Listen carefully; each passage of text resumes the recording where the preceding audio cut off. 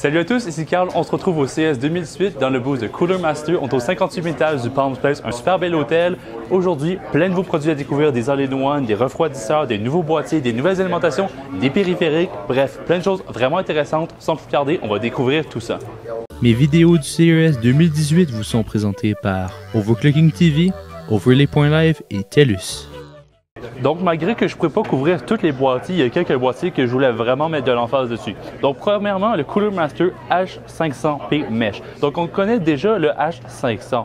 Que Gamer Nexus a un peu détruit à cause du Airflow. Ici, une version blanche avec justement une grille à l'avant. Donc, Cooler Master voulait vraiment savoir si on allait, s'il voulait mettre le mesh un peu plus fin ou le mesh un peu plus gros. La majorité des médias, dont moi, je pense qu'on est vraiment pour le mesh, la ventilation un peu plus fine, ça fait vraiment plus propre, plus haut de gamme. Donc, d'après moi, ça devrait venir avec cette version-là. La version blanche, c'est vraiment beau. Les configs blancs, surtout que le RGB, où est-ce que le blanc reflète toutes les couleurs qu'on met, ça ajoute vraiment quelque chose de spécial. En plus, sur le côté, on va avoir du vert teinté. Vraiment beau, très solide, qui se tient avec une vis sur le côté. C'est vraiment bien. Le cache alimentation, bref, l'intérieur est vraiment comme le H500 qu'on connaît déjà. Puis à l'arrière, on va voir les couves en plastique. C'est un peu difficile de cable management, mais ça ajoute vraiment un beau style au boîtier en tant que tel. Alors ici, on a un upgrade en guillemets du Mastercase Pro 6. C'est le MC600P. Donc Mastercase 600P, c'est le Mastercase Pro 6 que vous connaissez, mais avec du vert teinté, du RGB à la place. Avant, on avait seulement le choix du bleu au rouge. C'était un peu limité. Maintenant, on a le RGB. Donc peu importe la couleur que vous voulez pour le config, ça marche bien. Le I/O qui est caché et les panneaux qu'on peut faire popper vers l'avant pour un peu plus de flux d'air. Et comme c'est l'ancienne version, on peut l'ouvrir ici pour aller chercher la grille, etc. Et le tout se tient très très bien avec des aimants. Un peu plus loin ici sur la table, on a le Cooler Master MC500M. Donc honnêtement, sur la table ici, c'est mon boîtier préféré. C'est le même intérieur que le Mastercase Pro 5 qu'on connaît, très beau, très facile de montage honnêtement. Malgré que cette version-ci, il y a quelque chose de mieux en fait. À l'intérieur, la rail où on montait les disques durs, on va pouvoir, selon Cooler Master, la bouger pour que ce soit ajusté un peu l'emplacement des cages, des radiateurs, etc. C'est une très bonne chose. On va avoir un plancher en RGB. À l'avant, on va pouvoir rentrer du 360 mm à la place du 280 sur l'ancienne version. Vert teinté, très beau. Encore une fois, c'est un upgrade. Et en plus, chose qui est présente sur pratiquement tous les boîtiers sur la table, Cooler Master fait une baisse énorme de prix. Je ne me souviens pas des chiffres exactement, mais en soi, les chiffres de prix sont beaucoup plus agressifs, ce qui va vous permettre au boîtier Cooler Master de prendre un peu plus de place sur le marché. Côté refroidissement, on peut réellement pas passer à côté de AMD TR4 pour Threadripper. On a 3 systèmes de refroidissement ici, un de 3 x 120 mm, un de 100 mm ici et un de 280. Bref, c'est tous des systèmes uniquement pour AMD TR4, un excellent système. Déjà de voir à quel point ce petit radiateur-là va être capable de refroidir un gros Threadripper.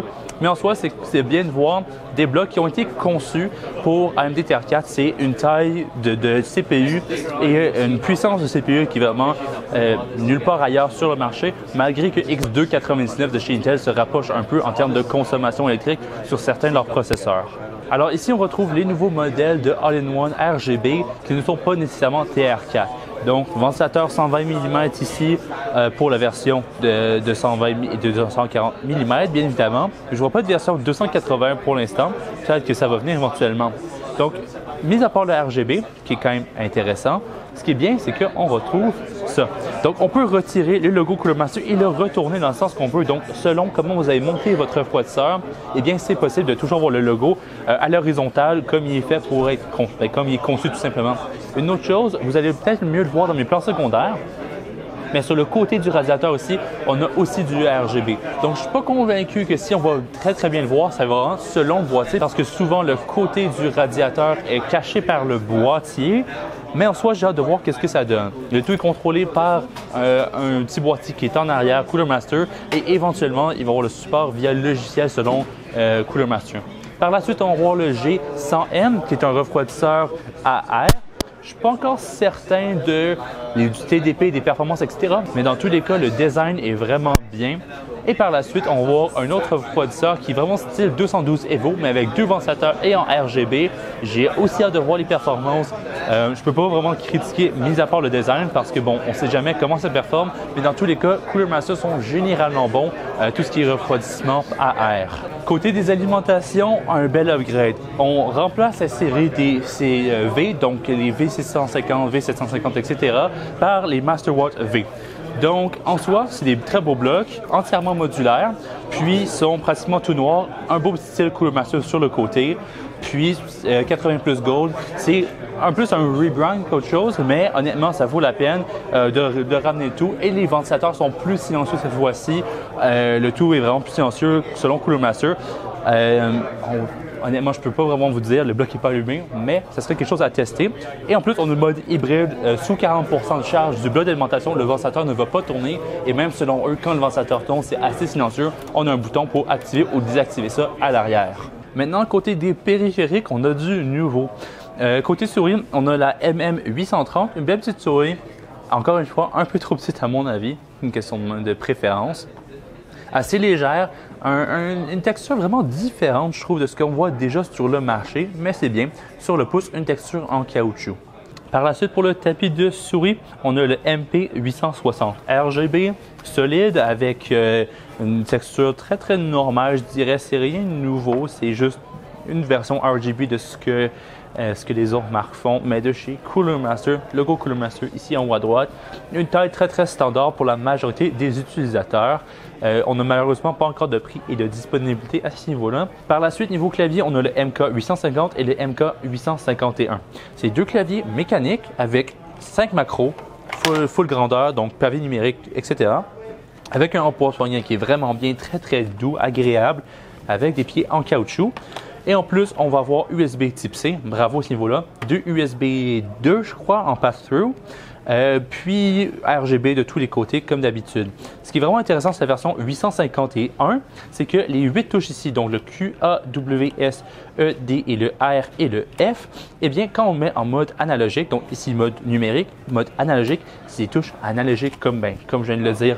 Essentiellement, ça vous permet de vraiment y aller doucement. Donc, si vous conduisez un véhicule avec un clavier, par exemple, en jeu, eh bien, ça va vraiment être comme une manette. Et en jeu, le clavier ces touches-là vont être détectées comme une manette de Xbox, par exemple, pour vraiment contrôler la vitesse de votre véhicule, par exemple. C'est vraiment intéressant. En plus, on a 2 molettes qui peuvent être configurées comme vous le voulez. Par défaut, les molettes sont configurées pour l'audio, mais c'est des macros essentiellement. Donc, vous pouvez les configurer pour que ce soit la luminosité de votre écran, le volume de votre micro, etc. Bref, tout ce qui peut être ajouté via une molette. En soi, c'est très bien. Finalement, on va avoir les tapis de souris Cooler Master. Ils sont bien. Ils sont un peu trop rugueux à mon avis, mais en soi, ça va si vous voulez pas quelque chose qui glisse extrêmement bien, quelque chose qui est juste bien en termes de rigidité, qui va durer dans le temps parce qu'ils sont extrêmement durables, ça c'est clair. Les coutures sur le côté sont très solides et la texture, d'après moi, ça va pas s'endommager si facilement. Par la suite, la grosse chose que Cooler Master veut mettre en avant, c'est le Master Plus. C'est leur logiciel de contrôle RGB. Ce qui est vraiment intéressant, c'est qu'il va vous permettre de contrôler la lumière de votre ordinateur avec ce qui va sur votre écran, tout simplement. Donc, en soi, par exemple, vous avez un écran blanc, et bien vous voyez que l'ordinateur derrière moi est allumé en blanc. Je vous laisserai des plans secondaires pour un peu mieux illustrer tout ça, mais essentiellement, le logiciel a une fonctionnalité que, oui, en plus de contrôler toutes vos lumières, clavier, souris, etc., bref, tous les produits compatibles avec le logiciel Master Plus, ils sont indiqués sur la boîte. Eh bien, ce logiciel vous permet vraiment de faire plein de choses, synchroniser périphérique et lumière d'ordinateur, ce qui est quelque chose que la compétition ne fait pas encore, ce qui est très bien. En soi, l'analyse de votre écran va être envoyée dans le logiciel et du logiciel, vous pouvez contrôler tous les périphériques compatibles. Donc ici, il y a des dalles de LED RGB et elles aussi sont contrôlées par les lumières et le logiciel Master Plus. Donc en soi, c'est vraiment intéressant. J'ai hâte de voir s'il y a plus d'options que ça, parce que le marché RGB a plein de fonctionnalités, mais voir est-ce que Cooler Master vont vraiment intégrer toutes les fonctionnalités qui sont disponibles, que ce soit arc-en-ciel, couleur statique, etc.